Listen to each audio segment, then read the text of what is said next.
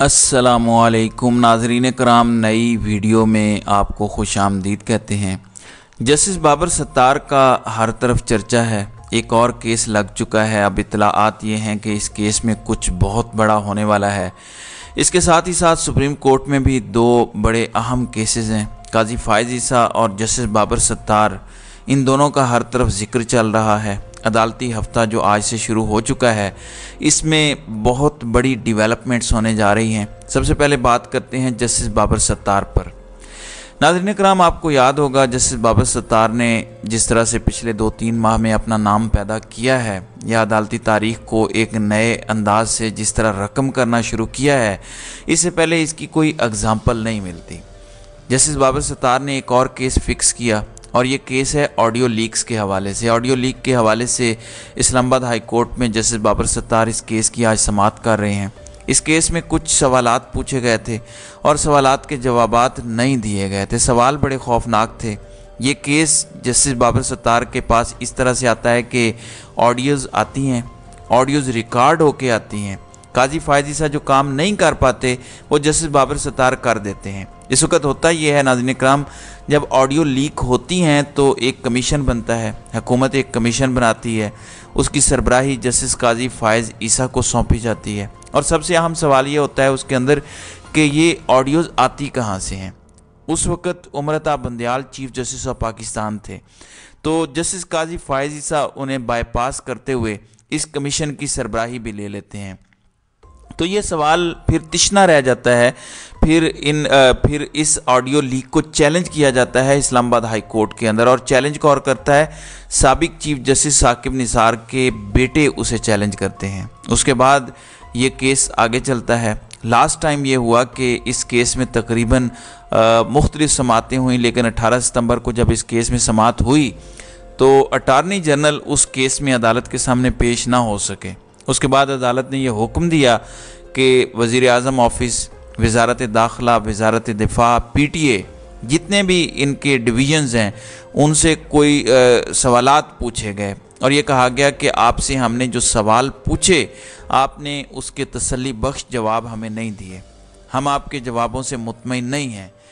और उन्होंने कहा कि आप 30 अक्टूबर तक दोबारा इनके जवाबात जमा कराएं, और ये भी कहा कि अगर आपने जवाब ठीक से जमा ना करवाए तो नोटिस देने का इंदिया दिया।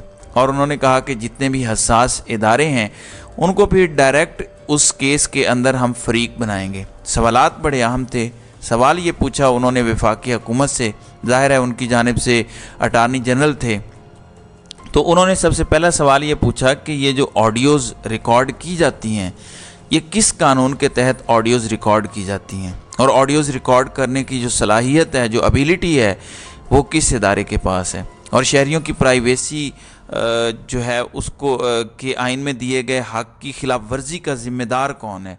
क्योंकि पाकिस्तान का जो आइन है ये हर शहरी को हक़ देता है कि वो अपनी प्राइवेट लाइफ को अपनी पूरी आज़ादी से इंजॉय कर सके। तो इस प्राइवेट लाइफ के अंदर मुदाखलत का हक़ किसे हासिल है। फिर यह भी पूछा गया कि क्या आइन और कानून शहरियों की कॉल्स की निगरानी और खुफिया रिकॉर्डिंग की इजाज़त देता है। अगर फ़ोन रिकॉर्डिंग की इजाज़त है तो कौन सी एजेंसी किस मैकेनिज़्म के साथ ये रिकॉर्डिंग करती है। और ऑडियो रिकॉर्डिंग को खुफिया रखने और उसका गलत इस्तेमाल रोकने के हवाले से आज तक क्या सेफ गार्ड्स लिए गए। अगर इजाज़त नहीं तो शहरियों की प्राइवेसी की खिलाफ वर्जी पर कौन सी अथॉरिटी इसकी ज़िम्मेदार है, और इसकी रिकॉर्डिंग को रिलीज़ जब किया जाता है तो इसकी ज़िम्मेदारी किस पर डाली जा सकती है। तो ये वो सवालात थे जो इससे पहले कभी नहीं पूछे गए। बहुत सारे लोग ये एक्सपेक्ट कर रहे थे काजी फ़ाइज़ ईसा से एक कमीशन जिसकी उन्होंने सरबराही की, उसमें काजी फ़ाइज़ ईसा थे, इस्लामाबाद हाई कोर्ट के चीफ जस्टिस थे, बलूचिस्तान हाई कोर्ट के चीफ जस्टिस थे। तो लोग ये एक्सपेक्ट कर रहे थे कि काजी फ़ाइज़ ईसा ये सवालात पूछेंगे, लेकिन उन्होंने ये सवाल नहीं पूछे। तो अब जस्टिस बाबर सत्तार ये सवाल पूछ रहे हैं और इसके जवाब नहीं मिल रहे उनको। तो उनको जवाब नहीं मिल रहे, तो अब उन्होंने इंदिया दिया है कि वो इसमें डायरेक्ट नोटिस करने जा रहे हैं तमाम इदारों को। तो ये एक बड़ा हैरान कुन मरला होगा। और इसमें काजी फ़ाइज़ ईसा की बजाय जो सवाल काजी साहब नहीं कर सके वो जस्टिस बाबर सत्तार ने कर दिखाए हैं, लेकिन इसके साथ साथ उन्होंने इसमें MX भी मुकर्रर किए हैं। एक एतजाज़ एहसन है, मखदूम अली ख़ान और फिर शाह नवाज़ रांझा हैं, इनको भी इन्होंने अदालती मुआविन मुकर्रर कर रखा है। तो अब इस केस को इन्होंने टेकअप कर लिया है। अब ये तो बाबर सत्तार का केस है, इस हवाले से जैसे जैसे अपडेट्स आएंगी उस पर बात करेंगे। फिर इसके साथ साथ सुप्रीम कोर्ट में कुछ अहम केसेस हैं, दो बड़े केसेस अब काजी फ़ायज़ ईसा की अदालत में लगने जा रहे हैं। एक केस नैब तरामीम का है और दूसरा केस फैज़ाबाद धरने का है। नैब तरामीम का केस नाज़रीन इकराम कुछ यूँ है, शॉर्टली मैं आपको बताऊँ तो इसमें इससे पहले चीफ जस्टिस उमरताब बंदयाल की सरबराही में 3 रुकनी बेंच ने इस केस को सुना था और इस पर अपना फैसला दिया कि नैब तरामीम आइन से मुतसादिम है और इसके तहत एक बड़े पोर्शन को रिलीफ दिया गया। क्लीन चिट मिली बहुत सारे लोगों की, नैब तरामीम करके उनके केसेस को ख़त्म किया गया। लेकिन जैसे ही ये फ़ैसला आया अदालत की तरफ से तो उसके बाद रिकॉर्ड के ट्रक भर भर के अदालतों के अंदर पहुँचे। ये दोबारा से केसेस एक्टिवेट होना शुरू हुए, लेकिन इसके फौरी बाद इस केस को चैलेंज किया गया। अच्छा, इस केस को जब चैलेंज किया गया तो इसमें अब हैरान कुन पहलू ये है कि काजी फ़ायज़ ईसा ने इस केस में अपना एक हम ख्याल लार्जर बेंच बनाया है और काजी फ़ायज़ ईसा का हम ख्याल लार्जर बेंच एग्जैक्टली वही करेगा जो उन्होंने प्रैक्टिस एंड प्रोसीजर के साथ किया। और उसमें भी उन्होंने यही कहा था कि पार्लियामेंट कानून बना सकती है और एक्सपेक्ट ये किया जा रहा है कि काजी साहब इसमें भी ये कहेंगे कि पार्लियामेंट कानून बना सकती है और नैब तरामीम को लार्जर बेंच बिल्कुल दुरुस्त करार दे सकता है और ये केस अब कल लगेगा। जबकि इससे भी ज़्यादा अहम केस फैज़ाबाद धरने का केस है। फैज़ाबाद धरना आपको याद होगा कि खादिम रिजवी ने एक धरना दिया था फैज़ाबाद के मकाम पर और उसके बाद कुछ वकला ने शिकायत की काजी फ़ायज़ ईसा को।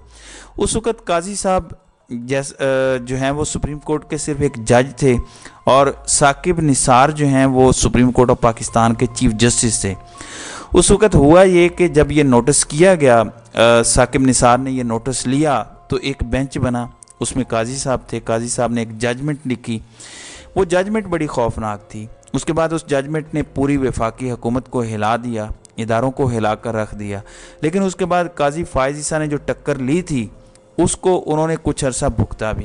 फिर उस पर फौरी नज़र सानी की अपीलें आईं, मुख्तलिफ़ सियासी जमातों की तरफ से वो अपीलें थीं, मगर वो केस टेकअप ना हुआ। 4 साल वो नज़र सानी अपीलें पेंडिंग रही।